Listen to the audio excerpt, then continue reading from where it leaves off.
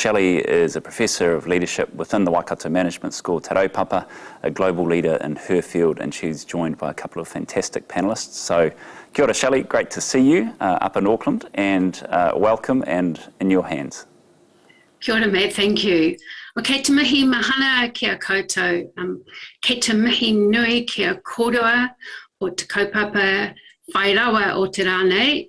Welcome to our session on the Māori economy, and in particular we're going to be looking at dealing with COVID's long tail. As Matt mentioned, I'm a professor at the Waikato Management School, and I whakapapa to Ngāi Tahu Matawhāiti on the East Coast, just out of Wairoa. So we hear glittering headlines about the size of the Māori economy. Pre-pandemic in 2018, the asset base of the Māori economy was 68.7 billion, which is a phenomenal 60% growth since 2013. But actually, what's in a number? That number, 68.7 billion, tells a particular story of an economy that is underpinned by Māori values, an intergenerational outlook, stakeholders in perpetuity, well-being as a purpose, and profit as a means to an end. So amidst the surge of COVID and the long tail that we are all collectively facing, we have two expert economic matakete, so visionaries who are working in the Māori economy at the interface between worldviews. So it's a great pleasure to welcome Liz Tiamo and Wayne Tainui. Liz and Wayne will speak for about 5 minutes each on our session topic, and then we will open up to questions from the audience. I really encourage you to put your questions through Slido. So I'll briefly introduce each speaker, and then I'll hand over to you first, Liz. So Wayne, first, you are very well known to us here at the Waikato Management School. You've been on our business advisory board for a number of years now, and you've been a key contributor to our amazing new strategy. Wayne is PwC's Manukura Māori business leader, responsible for developing and leading the firm's strategy for the Māori sector, and he has considerable knowledge on the Māori economy and New Zealand commercial landscape. And Liz, as I recall, we last met when you were awarded a Māori Business Leader Award for the incredible work that you were doing as Executive Director at MB, responsible for leading the National Crown Māori Economic Development Strategy and Partnership. You've been CEO at Middleberries in Tauranga since, I think, 2018, and it's one of those businesses that puts Māori ideals into practice as a collective, and as the website says, combines ancient traditions and values handed down by the ancestors with modern technology and science. So welcome, Liz. We'll kick off with you.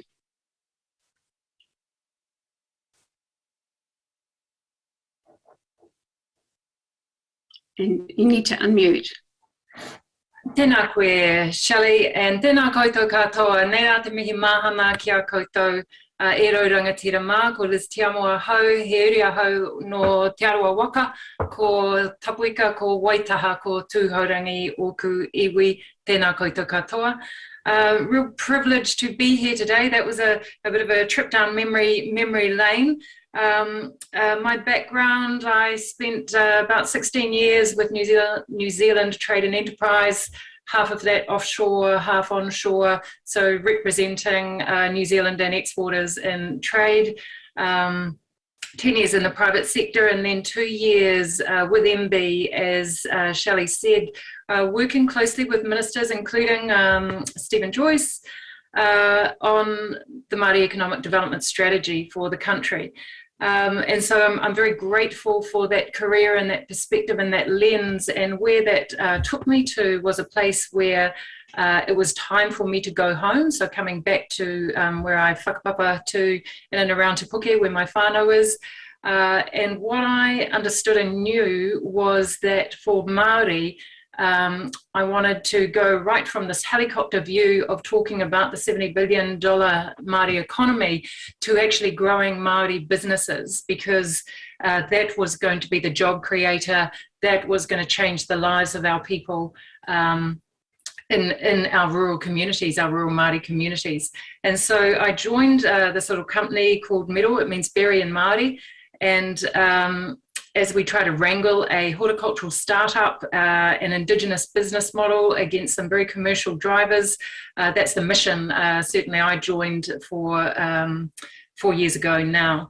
And so at the heart of Miro, what are we? We're 30 Māori shareholders, starting with blueberries, growing high value crops. We grow in a hydroponic styled growing system. So that's tunnels, it's a substrate, it's a fertigation system. So it's at the high tech end of growing. And our shareholders joined up with a view to understanding. They had investments in farming, in dairy, in fish, in forestry, in tourism.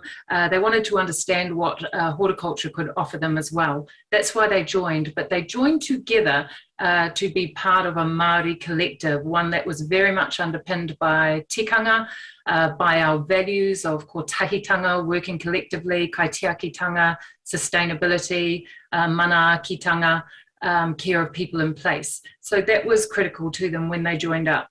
They had aspirations of owning IP, but didn't necessarily know what that might mean, the investment required, very much Horizon 3 activity, and also building a global Māori brand, one that they could see themselves in, but also it had to resonate with global consumers.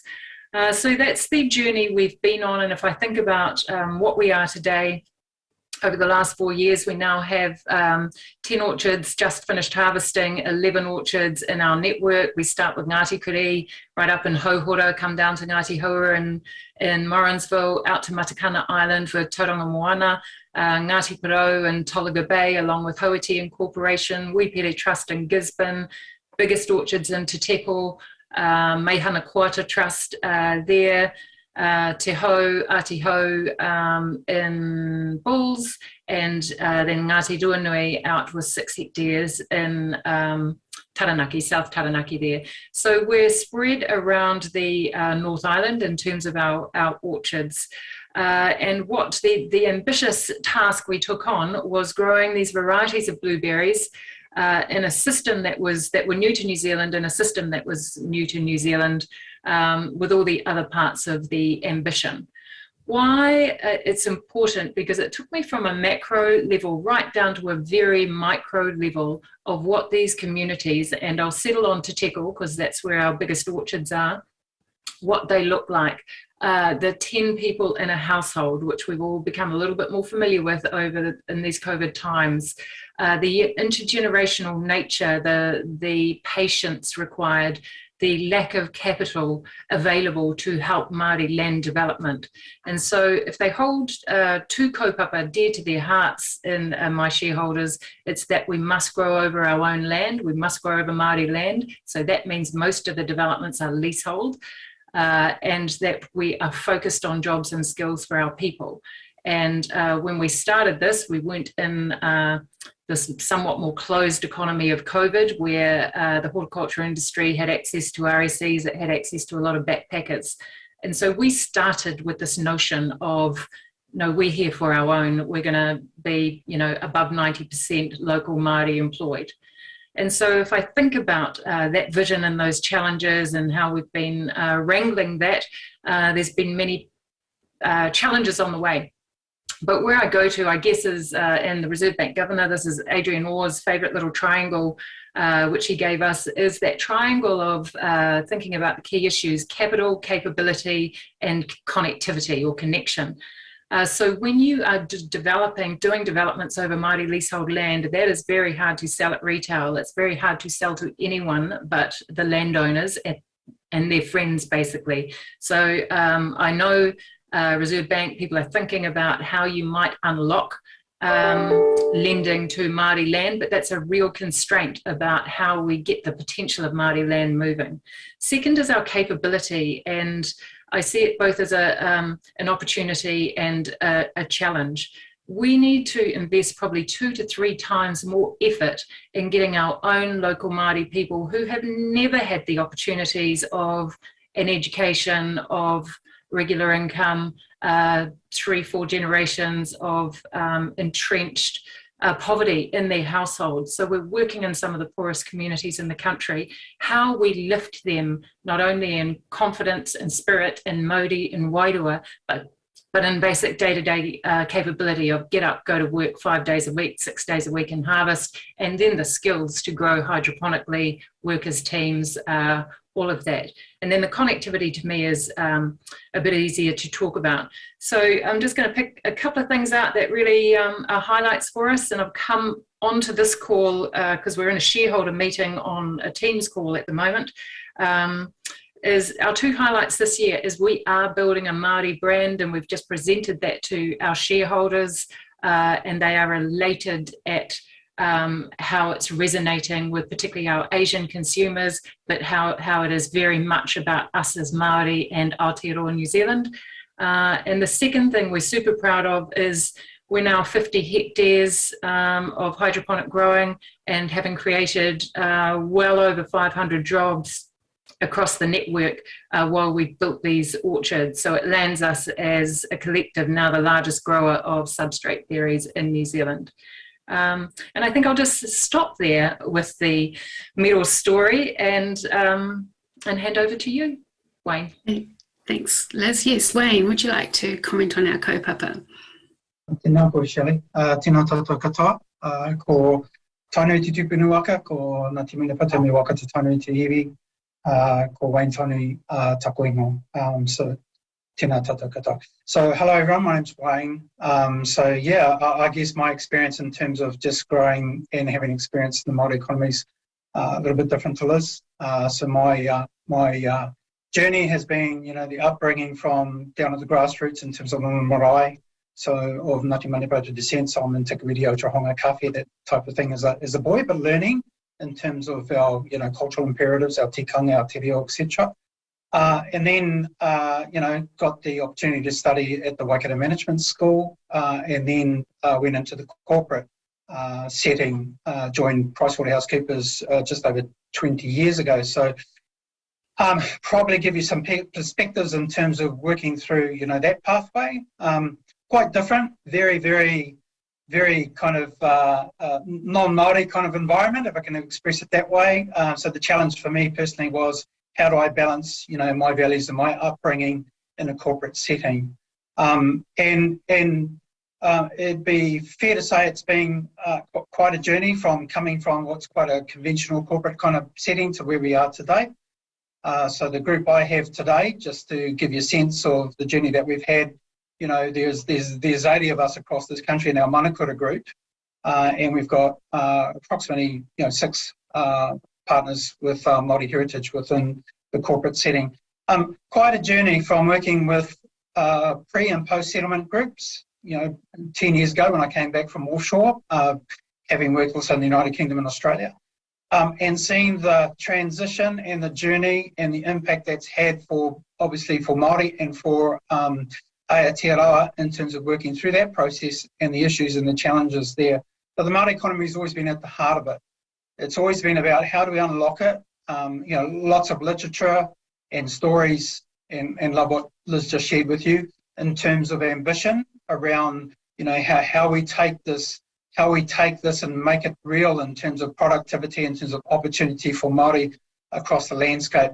What's been kind of some of the key definers for me personally, one is around embedding a stronger knowledge of things te ao Māori, embedding tikanga, embedding matupono, our values, embedding te reo in organisations like this one, and corporate one, and being able to use their size and scale to work with Māori, such as Miro, such as many organisations, iwi hapora throughout the country, to support them to enable their ambitions, commercial, social, environmental, or otherwise. And so some of the things that we've been focused on as a group through our experiences with our people on the ground have been, you know, a number of things. We've looked at mana treaty, the treaty of Waitangi. One of the things that we did in terms of setting our strategy is we built our Rautaki, our strategy, based on the principles of Treaty o Waitangi. And so one of the challenges, I guess, today for both Māori-focused entities and non-Māori entities is, what does a good treaty partner look like? What does that mean? And how do you embrace that in terms of the things you want to do, whether you're non-Māori or Māori, but you're still making a contribution, or you are working in the Māori economy to get the outcomes that Māori seek, and obviously, you know, what that means for Aotearoa at large. So that's a big one. The other one is equity. Just, you know, what's happening and what do we need to do around some of the challenges that are out there in equity, and they're pretty obvious when you think about it in a social perspective, from health that we've got in the pandemic at the moment, and, you know, just looking at our vaccine rates, to, you know, education, to justice, to a range of issues that are real for us as a people in our households and amongst our whānau. So, you know, technology, you know, what do we look like in the digital space? Got some challenges there. You know, we need to see what solutions and how we introduce those solutions from a Te Ao Māori perspective as we travel in a digital world. That's quite real. Maybe one of the other areas that are significant is just around the whole agribusiness environment, Māori landowners, the use of Māori land, and again, reference point in terms of Liz with Miro, and how we get, you know, outcomes that are going to be relevant for us in terms of the utilisation of Māori land. There are many others, what's happening with the water reforms, for example, and, you know, just the kinds of things that are going to be the catalyst for change that is positive for us as Māori. The last one probably I'll share is just around wealth management. What do we need to do to enter into, you know, a new chapter that's going to embed for us in terms of intergenerational perspectives, and how do we do that with a mindset for wealth management and some of the challenges that are associated with that. So I think that's just a lead in. That's some of my thinking in terms of, you know, my experiences within the corporate. I'm looking from a different lens, I suppose, from Liz, but nonetheless real. And probably the final thing I'll comment on is, you know, how do we get it right, living in a real world where ultimately it's Te Ao Pākehā, and I'm not just talking in terms of this territory, but I'm talking globally as well, and from an Indigenous perspective. So how do we get the balance right in terms of Te Ao Māori, which is what we live and breathe in terms of our culture, and making sure we've got the right balance in terms of Te Ao Pākehā and the tensions that are involved there. So I'll leave it at that, Shelley, as my kind of opening remarks. Oh, kia ora, Wayne, thank you. So we'll turn to the questions now. There's lots of questions coming through. So first of all, one for you, Liz, and this will be really drawing on your background with NZTE and MB. But to what extent does the Māori economy need to be considered separately from the overall economy, including for government policy purposes? Really have to rattle my brains back into that MB space. As a separate economy, I guess at the top level, I go to treaty partnership. And so I think not joined up, but what does a real partnership look like?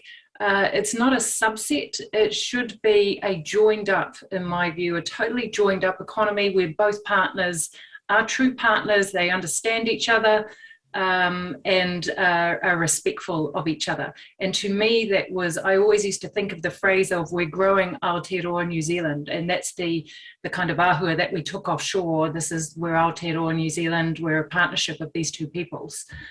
From a policy perspective, what would I say? If I reflected on previous ministers, if you focus on the greatest areas of need and the greatest people of need, then you don't have to put a badge on it like the Māori economy or the Pacifica economy or the anything else economy. You're just trying to lift all New Zealanders up to a better level, a better living standard, a better life, sort of thing. So in some ways I understand that, but what I saw across policy in general was that it was very general, and it was sort of a one size fits all. And so for Māori, because we do have the worst health stats, housing stats, income stats, all of that, you can either say the Māoris need to get up more, we need to catch up to be a partner, or you can just say really focus our effort and our policies where it's needed and required, and that will naturally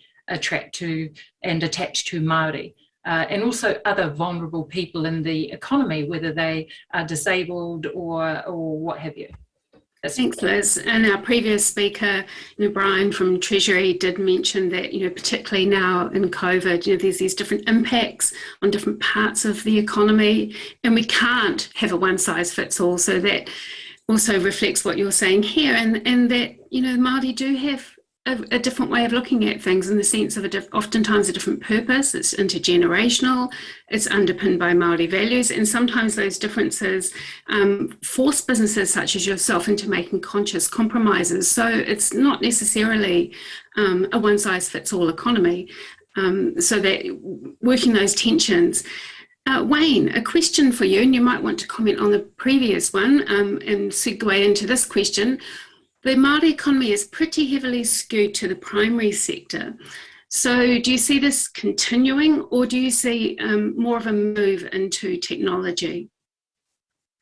I think you've got to realise that, from a Māori perspective, the whenua and the awa will always be very significant for us. So when we talk in terms of, fishing, forestry, farming, we're always going to be, in that space, and it'll always be significant for us, in my view. But yeah, as we're moving into, a world that's quite, challenging and diverse, then, we've got food, we've got fashion, we've got fibre, and we're starting to see other things kind of come to the fold in terms of, the opportunities for Māori, and that. Will agribusiness play a big part going forward? I believe so, in my view. I think it will. I think there's a significant amount of interest being shown in whenua Māori from diverse backgrounds. There's a greater appetite for probably land use, alternative land uses, and that's been driven by sustainability as well. But there's a lack of basic and core infrastructure, in my view, to enable, whenua development. It's getting better, but still there's a long way to go. And then you've got to take into account, some of the other elements in terms of the changes to Ture Whenua Act, Māori Act, and reforms to provide access to capital for whenua Māori as well. I think those things will have an impact as well. So my answer is, you're still going to see a component of what we understand those traditional sectors, particularly in, at the agribusiness space. But nonetheless, you're starting to see an appetite for diversity and going into the areas where we believe are real opportunities for us, given, our background. And that I think we can play a significant role in those areas as well. Great, thank you. And a question for both of you, Wayne, but we'll start with you and then hand over to you, Liz. How do we grow more partnerships between Māori and non-Māori organisations, and what advice would you give firms wanting to do business with Māori? From my experience in recent years, it's quite interesting. I think the appetite is a lot higher now than probably would have been a decade ago, for sure. I think the greatest challenge there is how do non-Māori organisations go about that? What's their understanding? How do we help them with their understanding around what a good treaty partner looks like? And across the corporate environment in recent, in the last year or so, I've seen a huge change in attitude and appetite for that. Some big brands really putting their hands up and saying, can you help us out? We're not quite sure how. And I think they just, need to actually just take the measures and steps that are necessary to position themselves to be treated as, or to be seen as good treaty partners from a mana whenua perspective. I think it's really important that they build those relationships with mana whenua. They get them strong, or haupara, or those Māori focused organisations. I think that's really, really important to see some success there. And I'm probably going to also comment in terms of Crown agencies. I think that they probably now are starting to have a change in mindset around what that looks like, in some of those Crown agencies, MB, MPI, NZTE. You're seeing a shift in that attitude as well. But I think relationships with mana whenua are quite key to get the shift that I believe needs to happen.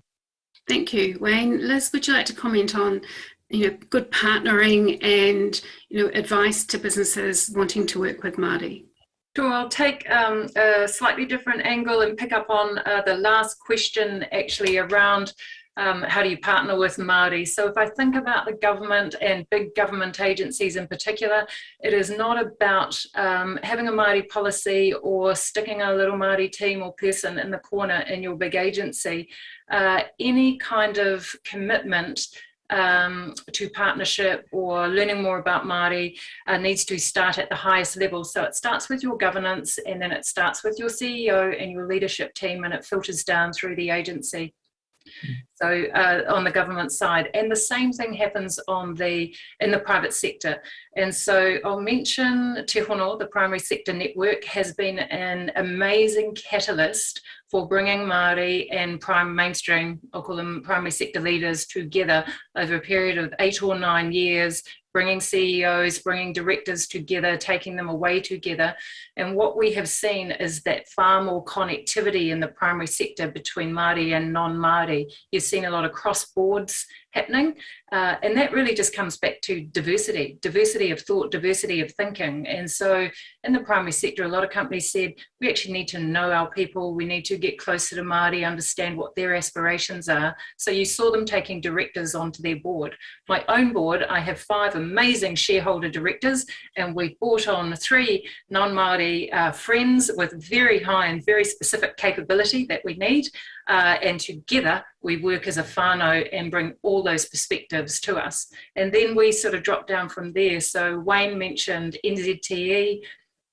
I was part of that, and it was a year-on-year growing with commitment of the top to go from 1 Māori executive to about 40 when I left, and the culture of tikanga and te ao Māori underpinning and creating the glue of NZTE. And it was very visible and very relevant and very easy to reach out and touch for the 45 offices around the world who all wanted to tap into that.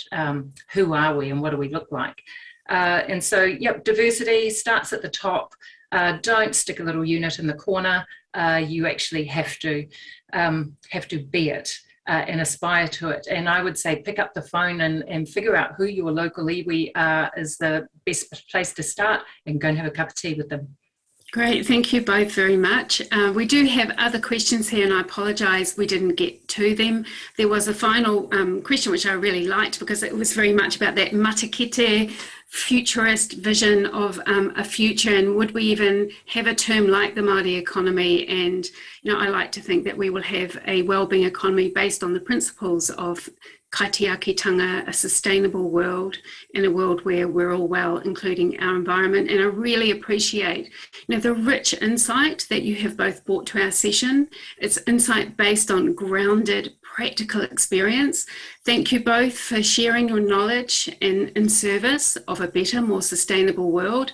And I really want to thank our audience for the great questions and for engaging, and also to the organisers and the tech support. So ka kite koutou, thank you.